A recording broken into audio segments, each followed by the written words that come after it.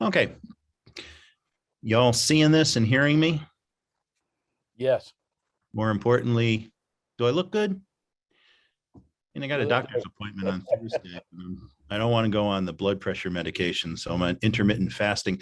Anyway, speaking of irrelevancies, Twelfth Night. What on earth does this have to do with anything? Twelfth Night is the 12th day of Christmas. It's, with the partridge and the pear tree and all of that. But it's been a puzzle about why this title has anything to do with the play. It would be nice if you took the term Twelfth Night, Three Kings Day, Little Christmas, it's called some places, Epiphany. Unfortunately, the idea of Epiphany is an anachronism. It's a later notion. I always say you need an epiphany to figure out what on earth this play is about. And all along, it's been declared not at all connected to the title. Bloom says that he's sorry that Twelfth Night is the title. What You Will, the subtitle, would be better. I don't know where Isaac Asimov gets this notion that a lawyers' guild seems to have commissioned Shakespeare in 1600 to write an amusing play for Twelfth Night, and he did so, and the play was called Twelfth Night. That doesn't make any sense. And yeah, so a duke visited Elizabeth's court in 1601, but if your name was Orsino and you were being presented as Orsino in this play, fooled by a guy playing a girl playing a guy, would that be flattering to you? Is that a good idea? And besides, you don't name a play after a particular event or day. So, I'm not going to tell you to join my new series on NBC. It's called May 13th at 6:24 p.m. Because I know about Saturday Night Live, but that's every Saturday night except when they're off. So something's goofy there. What the desperate need to do is to say, oh, well, Twelfth Night, it's like the Christmas season, a reference to the topsy-turvyism and the fun and all the games and fun that we're having. It's just a meaningless festival of joy. And then we'd have a Lord of Misrule. We'd get some kind of deformed, pathetic beggar on the street, and we'd put a crown on his head, and we'd all be drunk and think this was hilarious. It's like a 16th century frat party. But the other problem is that there's nothing intrinsic in this play that has to do with that Christmas season. In fact, there are references to May or midsummer, which need not have anything to do with the setting of the play. But if you actually, in the rare occasion when you see the play set in the Christmas season or in the dead of winter, kind of craps up the comedy of it too. It's just such a drag. And as for the 1601 notion or 1602, here's a problem. There's a sketch in 1596 that looks like a scene from Twelfth Night at the Swan Theater. And then there are all these references that are topical much earlier on, early 1580s, like the Brownists, a Protestant sect who became basically the pilgrims who came to this country. Thank you so much, say the Turkeys and the Indians. Also, there's references to boats that are sailing in Elizabethan rivers in the 1580s. But a better explanation for the title is Twelfth Night, to think of it as the end of the Christmas season. And if music be the food of love, play on is the celebratory first line of the play. You take it out of context and it sounds great. But you take it in context and you realize that what Orsino is asking for is just give me more, give me excess of it, that surfeit, the appetite may sicken and so die. He wants so much love that he doesn't want love anymore. He wants so much, food that he vomits. He wants so much drink that he's drunk, and you never want that stuff again. It's why I can't drink white wine to this very day. That theme of excess makes sense in the play. So you've got Feste not serving really as a jester, but being asked, what's a drunken man like? Set him up. Like a drowned man, a fool, and a madman. One draft above heat makes him a fool, the second mads him, and the third drowns him. So excess in drink applies to Sir Toby, but excess in every other way. Is this what's wrong with all these people in Illyria? Is this what Shakespeare is trying to tell us is thematically relevant here? My favorite critic, Harold Goddard, says this is Shakespeare's farewell to comedy. After this play, you get just the things that aren't funny, like Merchant of Venice, or the problem plays that are a problem because they don't seem to classify as comedy. It seems like Shakespeare starts, to me, to question comedy at this point. And even in this play at a midpoint, you can have laughs up to the cross garters and yellow stockings, but once the dark room comes into place, it seems like it went too far. It seems like even Toby is willing to say, yeah, enough is enough here. So for the end of the Christmas season, when we got to get back to real life, that would work for Twelfth Night, but it's not enough. And I want to push beyond that. So I can flip through, and I know you're going to say too much, too fast, about the traditional Oxfordian explanation of Twelfth Night and the identification of characters, the connection to the Italian source. And Rima Greenhill is on to the possibility of Oxford having traveled to the relevant Serbian coast, Ragusa, Dalmatia at the time. But first, where is Oxford in this play? First, he is with Orsino, who says, I am myself best when least in company, which is, a snazzy notion when you're supposed to be courting a woman and decide to send somebody else to do it for you so you can lounge on the couch and be alone. But of course, it matches up when Oxford in his E.O. poem says, I am never less idle low than when I am alone. And boy, was that right.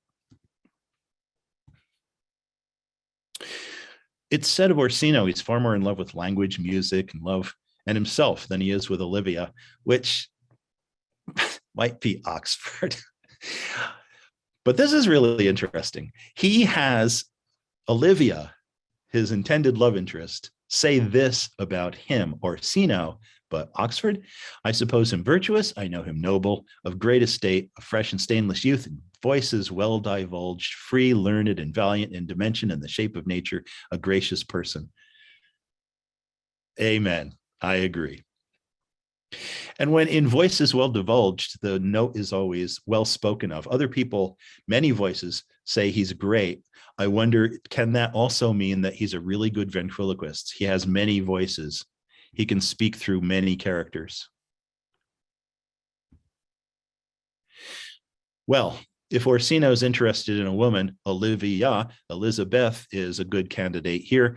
And the constant reminder, hey, pay attention to him, seems to be at the source of one of the two branches of this play. Olivia lapses into the royal we, which she shouldn't do. She's associated with the red and white Tudor colors, and she's called princess. Elizabeth liked to be called prince. Countess, that's not especially relevant. And there's all this royal language constantly around her. Don't usurp yourself, for what is yours to bestow is not yours to reserve. You should love. Orsino, lady, you are the cruelest she alive, if you would lead these graces to the grave and leave no world, no copy. This is the sonnet's message, which seems absolutely inappropriate in every possible context, except for one, for us, where she's not just supposed to listen to Orsino's love protests, but immediately be a breeder too. She's a marble-breasted tyrant when she doesn't agree to anything. And other characters. I was glad this morning that we heard about Peregrine Bertie, Lord Willoughby, with the T of Bert and the Willoughby maybe making Toby as the character Toby, Sir Toby. And also Maria as his eventual wife too, as Oxford's sister. That makes a lot of sense for reasons that were explained this morning. I especially like Sir Philip Sidney being mocked because this guy gets on my wick. He's a fool and a quarreler and a coward. And the prudent would think that we would quickly have the gift of a grave because he's such an upstart. Well, the gift of a grave is a reference to the E.O. poem by Oxford, where he wonders, I wonder if I were a king, would I be happy? If I were unknown, would I be happier? If I were dead, would I not have so much suffering? I don't know what, a kingdom, a cottage, or a grave. Then Flippy Sidney thought he was so clever in thinking, oh, well, I wish you did have a grave at the end. So Sir Andrew is the exquisite idiot, but he's not just a regular idiot. He's got particular qualities to make him an idiot. He's supposed to be adept at languages, and he doesn't even know Miss Piggy language like French pourquoi, do or not do. And it's not just that he doesn't know it, it's that he thinks anything he doesn't know is a command to him, do it or not do it, in imperative mode. That's a special brand of stupid. I'm a fellow with the strangest mind in the world. I delight in masque and revel, sometimes altogether. I give my students on the first day of the semester a questionnaire and ask them, what is your special expertise? And some of them will say, I like to spend time with my friends. Okay. Others will say, I like to have fun. I just asked you, what is it that is fun for you? Well, the same with this moron. It's weird. I'm like so unusual. I like to have fun.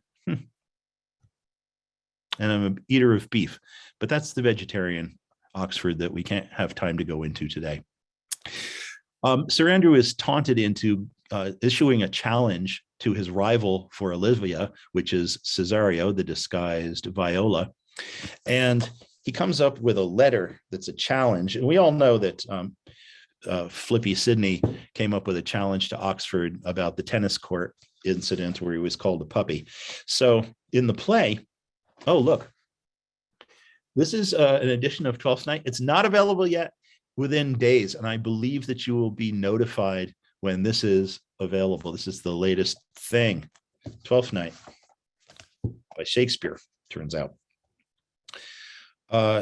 Here's the challenge. Youth, whatsoever thou art but a scurvy fellow. Wonder not, nor admire not in thy mind why I call thee so, for I will show thee no reason for it. Thou comest to the lady Olivia, and in my sight she uses thee kindly.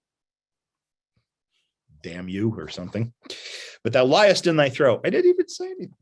That is not the matter that I challenge thee for. Oh, okay, so what's the point here? I will waylay thee going home.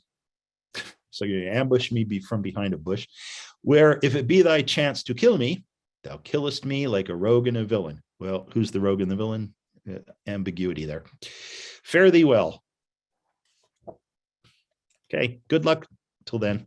And God have mercy upon one of our souls. He may have mercy upon mine, but my hope is better. And so look to thyself, thy friend as thou usest it, thy friend, your pal Andrew. And thy sworn enemy too, by the way.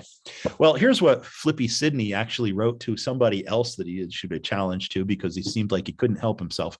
You have played the very knave with me, and so I will make you know if I have good proof of it. But that for so much as is past. For that is to come, I will thrust my dagger into you, for I speak in earnest. In the meantime, bye-bye. Hope things are going well. So he deserves what he gets, this ass head and coxcomb and a knave and a thin-faced knave, Flippy Sidney. As for Malvolio, all the connections are there with Christopher Hatton. This has long been established. He's associated with the word sheep and mutton in the play, which are Elizabeth's nicknames for him. He was considered a affected fribble at the court, a dancing chancellor, a big pain in the ass, and arrogant, and he deserved what he got. So Malvolio, as ill will to E.O. maybe, is Hatton. The unfortunate unhappy, which is the letter signed associated with him, is his poesy at court when he's writing these sappy letters to Elizabeth. And sneck up. Now, Mark Anderson has come up with this delightful, oh, I hope this actually happened, this delightful interpretation of the yellow stockings. Apparently, Henry VIII, whenever he got rid of a wife, this was his celebratory sartorial getup. He wore his yellow stockings, and little Elizabeth would have recognized this, perhaps. So if Hatton didn't know about this, and these jokesters like Oxford and his friends actually set him up like this, oh, I so hope that happened. So he trots in front of Elizabeth, and she is aghast. But into weirder matters here that press us further. This reference to the pleasant conceit of Vere, discontented the rising but mean gentleman at court circa 1580, has long been considered a reference to the earlier version of Twelfth Night. I like what Catherine Children has to say about court entertainments not being long enough for full plays being joined together. And Twelfth Night sure seems to be like two different plot lines woven together, but you could untangle them too. You know, it's a good job, but they are two separate stories, basically. Is this just the one? But my question that's never seemed to have been asked is, if this is the case, why hasn't this ever been recognized as an earlier source or version of Twelfth Night? And it's got to be because it was so different from what we have that it would be unrecognizable, which is typical Shakespeare revision, as Ramon Yenemes has constantly been showing us. Christian Smid has come up with 4 books of what he calls unconformities. Basically, it's the evidence internally and textually of revision in the Shakespeare plays. And once you think, okay, has this been revised and tampered with afterwards? You think Sir Toby Belch and Sir Andrew Aguecheek, is that really Shakespeare? Toby and Andrew, maybe. Toby, because of what I said before. Andrew, well, Flippy Sidney was born on St. Andrew's Day. But Toby Belch, that sounds to me like a later 17th century satire, over-the-top designation. Then there's this moment where Malvolio, who's supposed to be having puritanical leanings, nevertheless invokes Jove. Is that because King James put into play this notion that you would be charged enormously if you use the word God or Jesus or something on the stage? It's not consistent throughout the play, but it seems like there's this moment of tampering. More damning is the notion of Viola washing ashore and wondering, what am I going to do here? And she says she's going to present herself as a eunuch because she can sing. That's going to be her role in this play. And what happens? It becomes Feste's role. Orsino calls for music. Give me some music. Now, good friends, now, good Cesario, but that piece of song, that old and antique song we heard last night, methought it did relieve my passion much, more than light airs and recollected terms of these most brisk and giddy paced times. Come but one verse.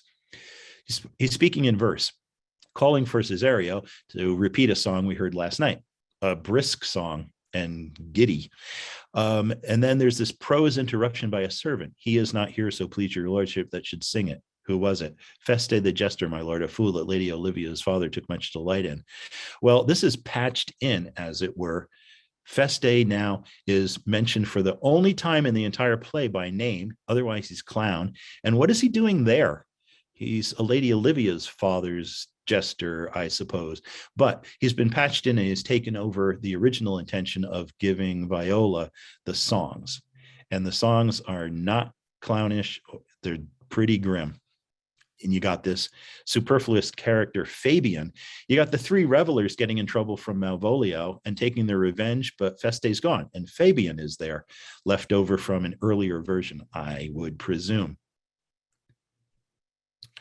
There's no slander in a loud fool, though he do nothing but rail. This new Oxford character placed into the play is an allowed fool, like Oxford was, allowed to satirize people and get away with all kinds of things, murder, in fact, though he do nothing but rail. Feste never rails in the play, but Oxford was known, it's on the record, he never stopped railing against people. And I think Shakespeare raised this to an art form that stand-up comedians are still using these days, and so many other characters in the plays are railers. But that's an indication that you've got Oxford as a character in the play. Inappropriately in this one, he's not a railer, but he's appreciated.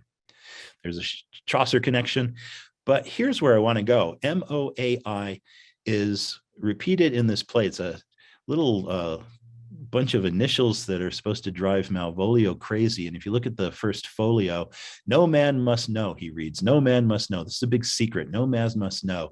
M-O-A-O, M-O-A-O, M-O-A-I, M-O-A-I. Behind the bushes, Fabian says, cool. A nonsense riddle that's going to drive him nuts. And Sir Toby says, excellent wench, say I, referring to Maria, who came up with this. And most people think he's confirming what Fabian says. I think he's rejecting it. I think Fabian says, oh, cool, a nonsense riddle. And Sir Toby says, nah, It's a brilliant thing, and she is brilliant. She came up with this. So it's not nonsense. And can Shakespeare constitutionally even do nonsense? In the first folio, there are these apparent mistakes. Now, I think we should have listened to Alan Green 15 years ago, and I think we should again, because it gets us into this new thing, esoterica, and these supposed mistakes in the first folio, but come on. So in Twelfth Night, you've got pages 262, 263, 264, and suddenly something's wacky. At the top of 264, the number's altered, and it is altered. But also you've got alter D. And if some of you remember the presentation long, long ago, the alter is relevant and D, Sir John D, is relevant. But for right now, we're missing page 265. In A Midsummer Night's Dream, which has connections to this play, that no time to go into that too, you got 151, 152. Wait, what? 154, 155. Missing page is 153. Those two together are the square root of 3, which in sacred geometry, sacred mathematics, is the square root of 3. Therefore, it has to do with the Trinity. But it's also, you might have run into this term, the vesica, the ratio that is the vesica Pisces or Piscis. This is in sacred geometry, the intersection of two circles whose centers are points on the outsides of the other circles, and which in that mathematics creates a kind of that Christian symbol of the fish. And this has been used as sacred female space. This has been used in church art for centuries, and even the Vatican is based architecturally on this principle. It is sacred mathematics, sacred geometry, and Shakespeare knows about this stuff. This is new. Then take M.O.A.I. Well, what is that? I used to dismiss one notion that somebody had said, these are the symbols for the 4 elements, M.O.A.I. And I thought, well, yeah, peachy, big deal. But what's that supposed to mean? Now I realize, wait a minute, elements is a notion in the play. Feste says it's overused. Malvolio says, I am not of your element. That means I am not part of you. I am not one with you. And he's wrong about that. We are all together now. He's obstructed. He doesn't recognize his name as one of the near anagrams to other names in the play because he's got that mal in front of him. And then the letter also says, if the fall into thy hand revolve. And no one knows what to do with this because, you know, should we just turn around? If you revolve M-O-A-I, it's I-A-O-M. And Alan Green has determined that this is basically the Western cultural version of the Om, the sacred reverberance of the God sound. This is the letters that would be revealed to you if you were a Rosicrucian or Proto-Freemason when you got to the 33rd level of revelation, that this is the sacred term. And John Dee is involved in all of this. Now, what should I do in Illyria? Ends up being Viola's job to act as a go-between between Orsino and Olivia. And there's often theatrical language involved in that. Ultimately, Olivia gets involved in this secret marriage. And based on this play, not enough time really now left to go into, but I wonder, was there a secret marriage? It didn't have to be revealed, but if Elizabeth wanted a secret marriage and Oxford and she exchanged rings, because she does disappear with him with the Archbishop of Canterbury, I think, who's the only guy who can marry royalty a couple times in the key years, then wouldn't she say, yeah, okay, we're married, but this has to be a secret for now because, you know, Philip of Spain and the international politics and the Catholics and Protestants, blah, blah, blah, blah. But really, just for now, it's a secret. Then you got this go-between, Cesario, meaning little king, What I am and what I would are as secret as Maidenhead, this figure says to Olivia Elizabeth. To your ears, divinity, Virgin Queen, to any others, profanation. If others knew that the Virgin Queen had actually had sex or a kid. And then this go-between between Oxford and Elizabeth is asked, parentage above my fortunes, yet my state is well, which that guy might have said. He's connected to the fivefold blazon, which is Oxfordian. The song says, in delay to Elizabeth, there lies no plenty. Why are you waiting? Youth's stuff will not endure. And after those first lines, you hear about violets, viola, pensée in French, to think, or forget-me-nots, the purple flower at the Venus and Adonis ending. In Midsummer Night's Dream, you've got a purple flower here, love and idleness connected with Elizabeth. Again and again, these forget-me-nots is the go-between for Oxford to Elizabeth. Do not forget me. Maybe that's Oxford. But, and I don't want to do this because I've been accused and, sabotaged as a Prince Tudor person. But here's the androgynous Southampton saying, I am not what I am, I am not what I seem. And in the play, I can't make my actual knowledge, my estate known, not who I am exactly. The term misprision, the lowered degree of Southampton's sentence, is mentioned in the play. There's something that people sense about the play, Stratfordians or anybody who senses about the play at the end, that is sad or lost. Last math here today. You keep getting threes. Have you never seen the picture of we three? Feste says to these guys, these revelers, referring to this idea that's clever and a joke about jackasses. Wait a minute, there's only two. Hey, I got that. You're involved in the art. And this enigmatic stuff about the bells 1, 2, 3 that Feste says, well, 12th night 1 and 2 is 3, but there's a triangle, I guess, in it. There's also, though, mention of wise men a lot. And that's a standard trope, fools and the wise. But 12th night, that is not the birth of the new king. It is the acknowledgement of the world leaders of the new king. Olivia is called Madonna a couple times. And I wonder, so, all right, Elizabeth, you're going to be the Virgin Queen. You're taking over for the Virgin Mary. Now we're Protestant. That's peachy. Who's Jesus? So my sacred father used to say, Jesus, Mary, and Joseph. You got a 3 here, a trinity of sorts. Is it that Oxford said, hey, so acknowledge the rest of the equation here? And I am, wait a minute, Joseph, or am I the father? No, he wouldn't go that far, would he? To think like he's God and the Virgin Mary and the new king. Well, I am that I am is a revelation of the sacred name that he's feeling like he should use. And you could get in trouble. This is blasphemous. I mean, Jesus. Anyway, I don't know what to say about all this and the ending and the sense of it about renounced possibilities that have been lost.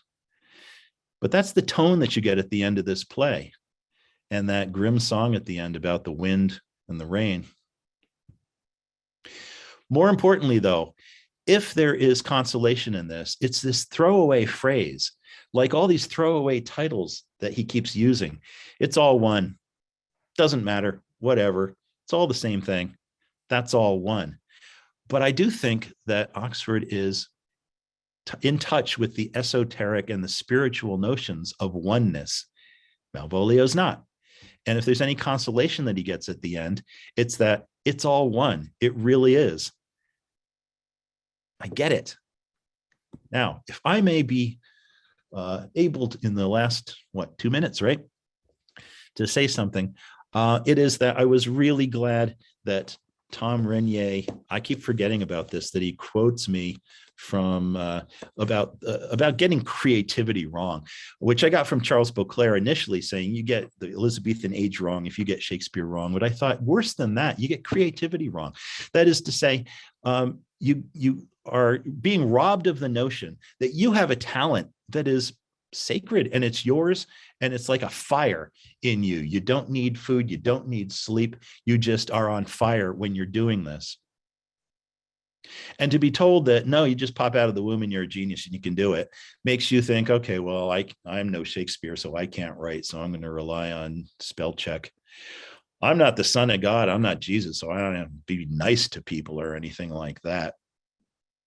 But that's a lie, and it's an abomination. You have this fire, and you need to recognize where that comes from. That is the authentic you, and you need to be just letting it go and recognizing that's what that's what the inspiration of Oxford as Shakespeare is.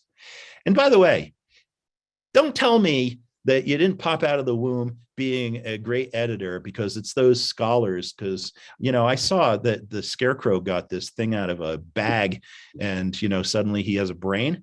No, you could be an editor of an Oxfordian edition of a play. All you need is dedication, which you got because you're here, and a belief in this, and a recognition that we could do anything, and a little bit of OCD. So this is a bit premature of me, but I just want to say that these Oxfordian editions, I am on fire about these things. I'm addicted to it. And Twelfth Night, as I say, should be out soon. You'll hear about it. And on we go. Come with me, because we're all one.